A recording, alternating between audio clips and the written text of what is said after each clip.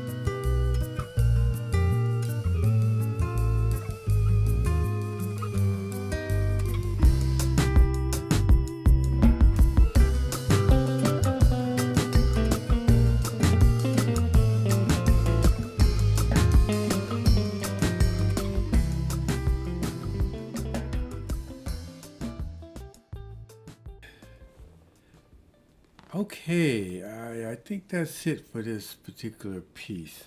Um, the Train Pastel Painting. I think I got quite a bit of the composition work in, utilizing the reference here that we have here is the actual train, and then the composition that I did in the charcoal that I showed earlier on in the earlier videos. Um, Let me see if I could find that. Let me pause this for a second. Okay, so if we take a look here at the charcoal composition I did, utilizing the reference to come up with what I wanted to actually paint, is what you see here now, right here. And the reference is up top. And so that's what I did. I created a composition and then I wanted to paint it in pastel. And so I think I got it quite, pretty much where I wanted it to be. If you take a look at it, I have this worked in. Yes, of course, we could push more detail, but I wanted the train to be the subject matter, and the composition is just there to help tell a story with the subject. And so that's why I wanted to focus more of the detail on the train itself. And also, I could have pushed detail on the train, the lines for the material surfaces, but I just wanted to get the gist of the train and build a nice composition because this is the first um, piece, creative composition piece like this, where I just kind of put something together and decided, how to do it.